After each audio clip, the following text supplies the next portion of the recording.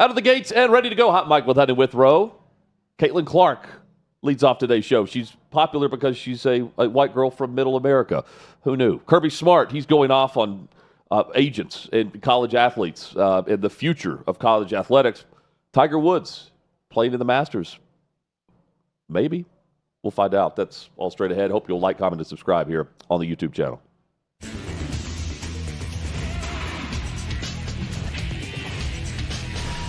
Chad, I don't know how long ago it was. It was a few months ago, several months ago maybe, when we had a discussion about what made Caitlin Clark so popular, why everyone was gravitating towards her. This was after the college basketball career that she had, but just looking back on that, it may have been around the time that she had her jersey retired at Iowa. And what did you say at the time? Well, I said a lot of things. One is that she's the all-time leading scorer in the history of the NCAA. I think that helps her popularity. The other is that she's different, right? Like she's a white girl from the middle of corn country in Iowa, and that's very different than what you'd expect. And it took sports. It just took over sports. Yeah. And totally changed the way that some viewed the women's game. And changed the WNBA for that matter. Monica McNutt. She must have been listening to the show. Do you think Maybe. Monica McNutt watched the show and saw my brilliant take and was like, man, this Chad Withrow guy is really smart. I should give the exact same take on the BBC. Well, Monica McNutt. I'd like to think that's the reality. Went on ESPN and said that she was not going. She was not going to vote for. At the time, I think there was like 17 games left or something. Mm-hmm. She was not going to vote MVP. In favor of Caitlin Clark, she was going to go Angel Reese at the time, or Rookie of the Year, whatever it was. And but she left the door open for whoever's going to win the most games. If you get to the playoffs, that would determine her vote for Rookie of the Year. Yeah, and she ended up voting that way. Here is Monica McNutt going on the BBC. The BBC, thank you, with discussion about Caitlin Clark and what makes her so popular. Make it long-term commercially viable. Two things. I think it has to show up in our storytelling, and it has to be encouraged by our families. Yeah. To me, right? And so covering the WNBA this past season, Caitlin Clark's rookie year, for all of the conversation that surrounded her, some which was fair and some which wasn't, the one thing that I cannot deny is the amount of little girls that were showing up to follow her. Little girls with their parents and the fervor and the energy there. Why her? Same thing. Why her? Well, I was just about to say same thing for Angel Reese when I had a chance to cover their games. But I think Caitlin represented... And again, some of this to me probably is not fair to her because it was not anything that she said or was truly based on her personality, but she was a white girl from the middle of America. And so she represented a whole lot to a lot of people, whether that is truly what she prescribed to or not. We can all say she is a dynamic basketball player and a force both on the court and the marketing sense. But I do think, same thing with folks that may have fallen in love with Angel Reese that she may or may not have agreed with everything they had to say either. We attach our fandom to these icons for all types of reasons, and sometimes they may not be based in all truth. It cut off at the very end there, but based on truth. All truth, yeah. I mean, I'm sure that plays a role, but it doesn't play a role for me if I'm jumping on the bandwagon for Steph Curry and everyone's wanting to just ball out and shoot threes. You know, like she also has to be excellent at what she does and set NCAA records. Like that's the storyline behind it. And let's also throw in Angel Reese played a factor in this. You had the player you're rooting for, and you had the player she was going up against that's also playing for a very good team. You know, setting the bar, the standard, and willing to step up and they're talking trash. They're giving the promos. I was reading saying that, some of it is her personality. I don't know Caitlin Clark that well. Just as a fan, I mean, I don't hear from her all that much. Do you? No, she's going to be on an episode of that David Letterman show on Netflix. Yeah. My next guest needs no introduction. I've seen some clips from that where she opens up a little bit more than I've seen her. But in terms of personality... She went on once with McAfee. I don't feel like I really know her personality. She kind of echoes, she talks about the privilege she's had as a white girl and things like that. So I think she kind of echoes some common refrains in media right now and social media with some of the things she says. But no, I don't know that we really know her that well. And I think McNutt there is, I think she's echoing a lot of where the jealousy factor comes in for the WNBA. Yeah. I think we do this already. I've said that. I'll continue saying this till I'm blue in the face on this, okay? Caitlin Clark, what makes her great is not that she's a white girl from Middle America. She is objectively an incredible basketball player. No doubt. That took the sport by storm. She broke the all-time NCAA scoring record. All right, let's start there. That's why she's she relevant. took a group of other corn-fed white girls from Middle America to the damn national championship game and to the Final Four, where they likely would have no business being if not for this dynamic, incredible scorer, distributor of the basketball, unbelievable talent that worked her ass off to get to where she was. That part of it's true. Now, to what Monica McNutt is saying, go ahead. I was going to chime in. If it's about race, why can't I name another player on that Iowa team?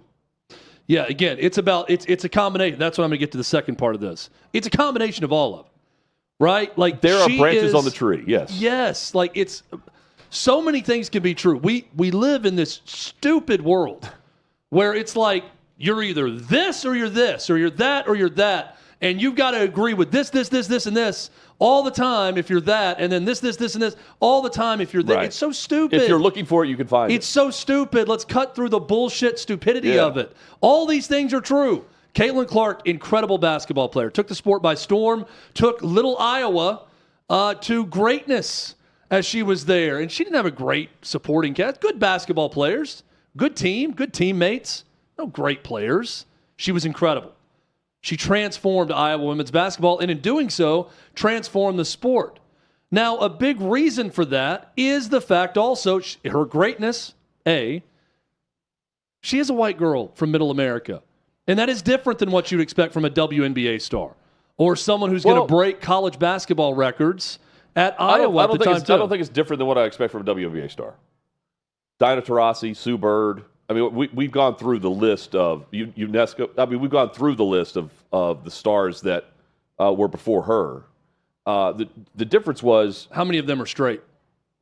I have no idea. That you just named. But again, like, I know whenever they were playing for UConn, people were watching them. Yeah, look, people aren't attaching themselves to Caitlin Clark, I don't believe, strictly because she's white. No. But does it help white people to be more into Caitlin Clark because she's white? If you're saying no, I think you're lying to yourself. Of course it does in some way. The same way I know a lot of African-American people who root for Lamar Jackson because he's African-American and a quarterback. And I'm fine with that, by the way. That's fine. That's representation. That's what they're seeing. That's fine. But it's almost it's the same way. The Monica McNutt stuff, and specifically with this level of media, we're talking about with ESPN and people who cover the WNBA, their issue with Caitlin Clark, and this is the main point I want to get to that I've said repeatedly, and you can disagree all you want. Their issue with Caitlin Clark is that to them, this is not a Caitlin Clark problem. This has nothing to do with her. She is not guilty of anything here. To them, Caitlin Clark represents Trump America, MAGA America. That's what it is. They see her and they say, this is someone that everybody who roots for probably voted for Donald Trump, and I hate Donald Trump, and I hate those red hats, and I hate everything that represents to me. Because to me, that represents racism. And that's what it is. It has nothing to do with Caitlin Clark. Well, but it's also like, I guess liking the post that everyone was covering of Taylor Swift's endorsement wasn't good enough. You know, that blew up too on the opposite end. I know. Where and it's stupid. Yeah, of course, yes. But also, for McNutt to bring up I can't deny that there were more kids there. It's like, that's great for the league. It's awesome. That's exactly what you want. And it's phrased in a way. It's almost like I can't deny it, even though I would like to. Like I'm adding that in. It's almost like it had that vibe to it. I don't know why you would want to have that perception. Well, let's talk about that perspective. Let's talk about the Angel Reese of this thing too. Right? She is the perfect foil for Caitlin Clark. And here's something else I'd say to Monica McNutt and everyone else. And she talks about this in the interview, if a bunch of kids are also, they feel represented by Angel Reese and they're drawn to WNBA arenas and they're watching more of the sport, like, great. It builds stars. This is awesome. I hate to keep going back to Magic and Bird because I'm watching this Celtics documentary on HBO right now. But that was a big part of the appeal in the 80s. was Boston blue-collar town, known for racism, quite frankly, especially in the 70s, white guy, versus L.A. flash style Hollywood, black guy Magic Johnson, two great teams doing battle on the court. It sold big time. And people picked their sides. And then we're you seeing picked up some on other, of that. It's not nearly as racially heated it built as other it stars. was then. It built other stars. Embrace it, and it will. And today's not nearly as racially heated as it was then in the 80s. I really don't think. I think people blow it up on social media more than it actually factors in. But if this brings little girls and kids to the sport, what's the problem with it? There's no problem with it. I mean, I'm fine with all of it. There's a huge line for Angel Reese to sign autographs next to Caitlin Clark's. That's great for the sport. No doubt. No doubt. And Monica McNutt should be the one celebrating this, by the way. Well, it's only going to help her gig covering the W. Again, we're still going with what the W? she said, the W. Still going with the W. That's what McNutt would go with. Also, what's good or what's bad for the sport? Kirby Smart's telling us, teeing off on agents shopping players before the portal is even open. Everybody's on pins and needles because we don't know exactly what's going to come out of this. What I do know is that we're going to continue to recruit people who love football, who are passionate about football, and that don't put money as the number one answer. Like, I've never met a really good player that's all they cared about. So, like, the 105 number, the NIL number, what's the cap number, what is this going to be? There's stuff going on right now, guys, in college football. I mean, there's people reaching out to have a Zoom call and present all the players they represent that are on teams, including our teams. And they want to invite people to the Zoom so they can watch and see who's going in the portal or shopping who's in the portal before the portal. Do you want to get on the Zoom and look at all these players? I'm like, well, what if some of them are mine? I mean, it could be one of the most legendary, moments in all of college sports. Oh, well, I mean, so I hear this and I'm thinking, you know why they're going to the Zoom? Because no one's telling them anything about the protocols or what's going to happen, where they're going, how they're moving forward with this. They're confused. They want to make sure they're not being used. And they absolutely are being used. So I hear this and I go, yeah, if it's not all about the money, then why do the coaches at the top have to be the highest paid coach in college football? Every year. You get the bonus, you get the little bump in pay. And if it's important to the coaches, declare that there needs to be a rule in place that if this is going on, the player's ineligible. They won't do that either. Because every coach is taking advantage of the agent helping them prior to the portal being open. And let me add this in. It's not about Kirby Smart specifically. It's about the process of the NCAA because the agents are doing this, in many cases, I think, Chad, on behalf of the team, on behalf of the coaches, wanting certain players because they're playing. They're in the middle of their season or they're in the postseason and the portal's open. How do you prepare for that? You have someone do it for you. If I'm a player right now and it's all about NIL, it's all about the cap, tell me how that works at 19, 20 years old. You can't. I don't know how anybody can feel sorry for Kirby Smart when he's saying this. Well, or any of the coaches, because the coaches are privy to information that then they're handing down. But again, the funnel ends with the player, and they want to cap it because they don't want the free-for-all. Well, also, I'm going to go ahead and guess that someone, not Kirby Smart, but someone on his staff, one of his many analysts that they pay at Georgia, probably was on that Zoom call to see what players were being shopped, to see who they wanted to buy at that point. And if they're not, I guarantee you all of his rivals had somebody on that Zoom call, or most of them, to see who's available in the transfer portal because it is open season and it's an open market. It's an open market just like Kirby Smart, the open market he coaches in to make $13.2 million a year. $13.2 million annually. That's how much Kirby Smart makes a year. And he'll get a bump. And a big part of that is his agent doing a good job. Yes. Every time of saying, the New England Patriots were interested in me this year. They're going to pay a lot of money. NFL pays a lot, right? Let's bump that salary up. We could go anywhere in the country. We could go to NFL. We could go to any other team. that's what these agents are doing. Now, in the middle of the season. I don't love the agent part of it, and I think it's kind of a slimy way to make a living, but it's a way to make a living right now because there's no regulations on it. So if they want to get a Zoom presentation together and PowerPoint all the players they have at different programs that are willing to move and show the prices for them, I guarantee you Kirby Smart's going to have someone from his staff on that Zoom call. And Florida's going to have someone on that Zoom call, and Texas will, and Ohio State, and everyone else, because they're going to be interested, if they're doing their job right now, to see what good players are available. The players' Zoom call, everyone knew about it. The Zoom calls that everyone else is on for the NCAA on down, the players aren't allowed on there. They're barely being represented in Capitol Hill. And also, don't we think that Kirby Smart's probably dealt with a handler at some point in his time at Georgia, even before NIL was a thing? But come on, man. You've had agents that you've dealt with. They may go by a different name, but it's not like Georgia hasn't been landing guys that even if you're not dealing with it, someone on your staff has had to deal with middlemen, parents, all this stuff all the time. So it's really no different. Honestly, it's just a little bit more organized. If hey, that's kind of that guy to get a Zoom call together with all of his clients listed in one spot. I mean, I don't might help you. I don't want him to be screwed over, just like I don't want any coach.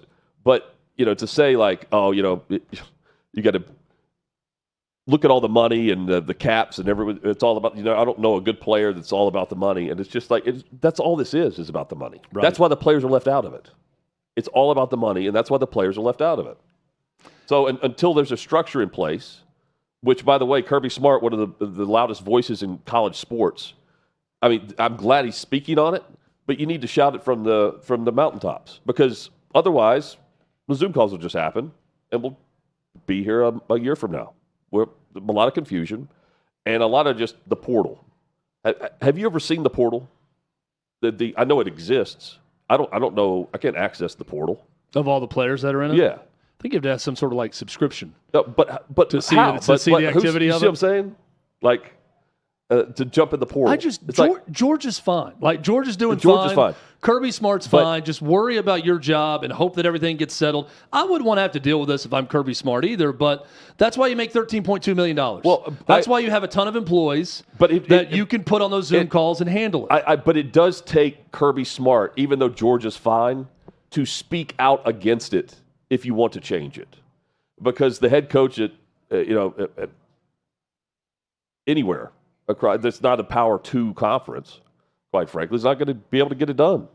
They're the ones that are – I guess those are the ones that are making all the phone calls to the agents, negotiating. I guess. I'll say this too. Like, I actually prefer college basketball coaches' approach to this in a lot of ways where even the older guys are just kind of like, hey, it's not a perfect world, but it's the rules we're playing with now, so we're going to play ball.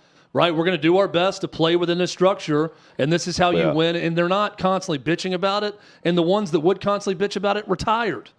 I mean, Tony Bennett got the hell out of the sport because he was so fed up with it. Great, like stick with your morals on that. If you hate it so much, leave. And that's what he did. I feel like the basketball world has done a better job of understanding what it is than some football guys. Yeah.